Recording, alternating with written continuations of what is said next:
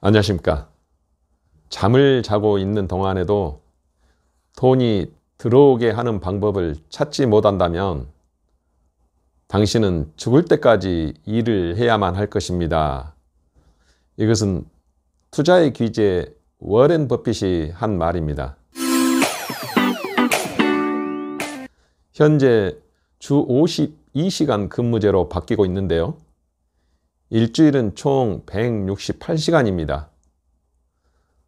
그렇다면 52시간 동안 일을 하지만 나머지 일을 하지 않는 시간은 116시간입니다. 이 시간은 놀거나 가족끼리 휴식을 취하거나 또 친구들하고 같이 담소를 나누거나 여행을 가거나 잠을 자는 시간이겠죠.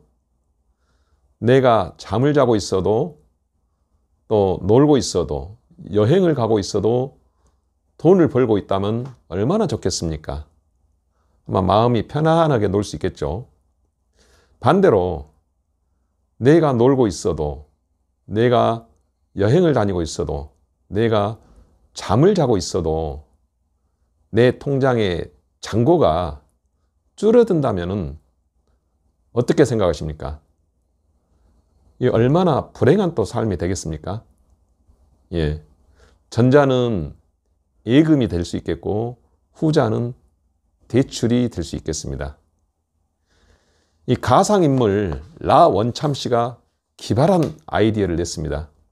지금처럼 이 저금리 시대에 예컨대 4%의 이율로 은행에서 대출을 받아서 최소한 내가 4% 이상의 수익만 남길 수 있으면은 이익이 되지 않겠느냐. 무슨 말씀이냐면은 4%로 대출을 받아서 4% 이상의 이익을 거둘 수 있는 수익을 달성할 수 있는 곳에 투자를 하거나 혹은 금리가 높은 곳에 예금을 한다고 했을 때 나원참 씨는 이익을 볼 수 있겠다 이런 생각을 한번 가져봤습니다. 과연 그럴까요? 1억 원을 4%의 금리로 은행에서 대출을 받아서 조금 금리가 높은 곳을 한번 찾아가 봅시다. 물론 지금 금리는 2%대 초반 또는 2%가 안 되는 곳이 많습니다.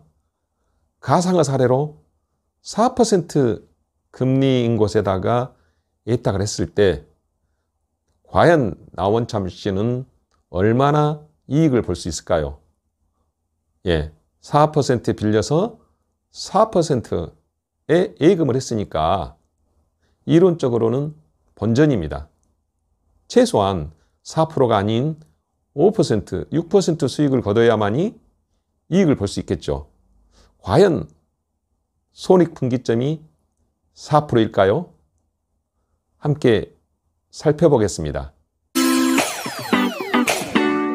드디어 나원참 씨는 실천에 옮기기로 했습니다.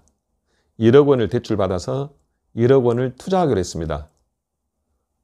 자, 일단은 비교를 단순화하기 위해서 동일한 4%의 금리로 대출을 해서 동일한 수익을 달성하는 4%를 달성했다고 가정을 하겠습니다.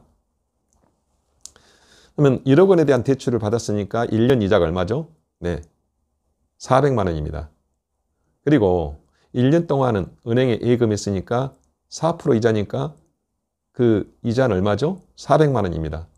이론적으로는 대출 이자가 400만 원, 은행의 예금 이자가 400만 원, 결과는 제로로 동일합니다. 그런데 실제 그럴까요? 한번 살펴보겠습니다.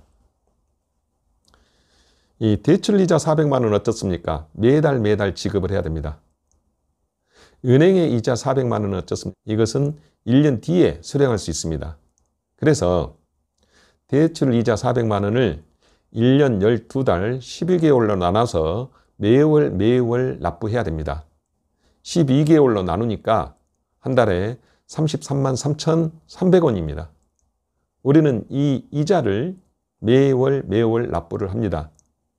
은행에 매월 33만 3천원씩을 정기 적금으로 가입했다고 했을 때 4% 금리면은 월 복리로 계산이 될 수 있습니다. 그래서 이것을 살펴봤더니 7만 4천원이 됩니다. 자, 이제 은행에다가 맡겨놓은 돈입니다. 1억 원에 대한 이자는 400만 원입니다. 이것을 인출할 때 400만 원을 다 줍니까? 그러지 않죠. 이자 소득세를 차감하죠. 원천 징수하죠. 그게 몇 프로입니까? 15.4%입니다. 그래서 400만 원을 지급하는 것이 아니라 세금 61만 6천 원을 공제하고 338만 4천 원을 지급합니다. 물론 뭐 세금 우대를 또 찾고 그러실 수 있겠지만 우리는 투자를 한다는 전제이기 때문에 세금 우대는 제외하겠습니다. 실질적으로 4% 동일한 금리라고 했지만 1년 지나서 나원참 씨는 69만 원을 손해를 봅니다. 자, 2년 시점에서 한번 봐볼까요?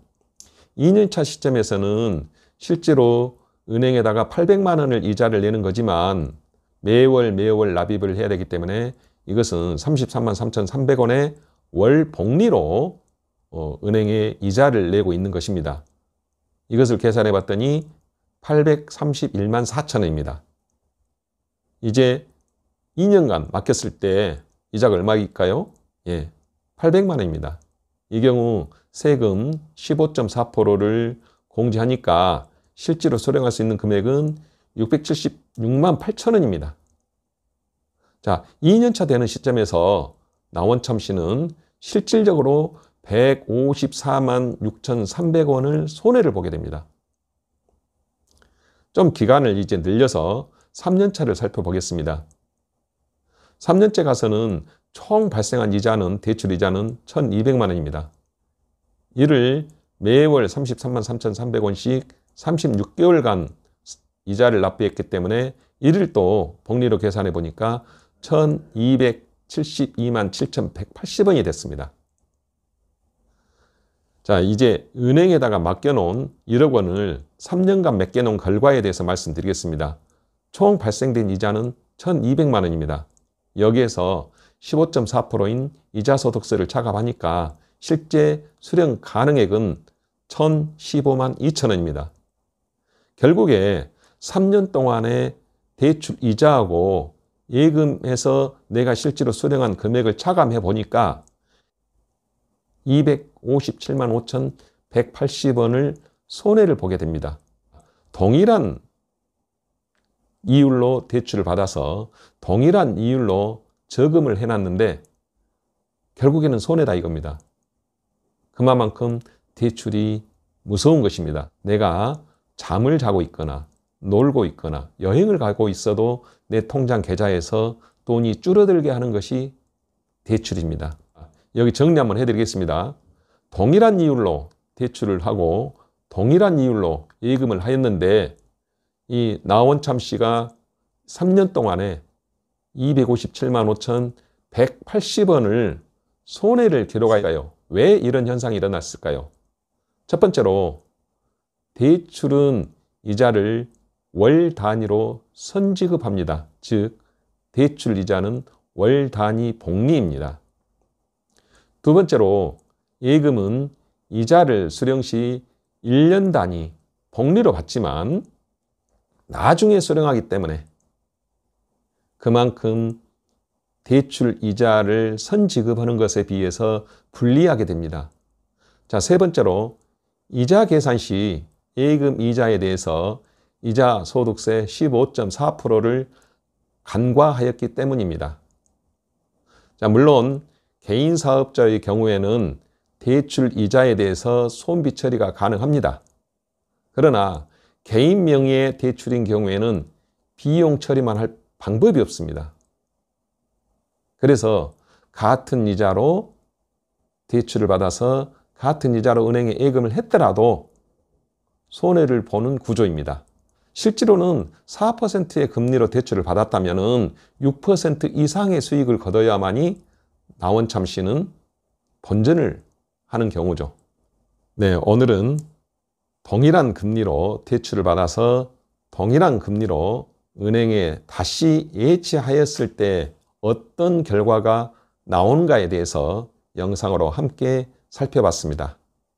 더 좋은 영상을 위해서 구독과 알림 설정을 꼭 꼭 해주시기 바랍니다.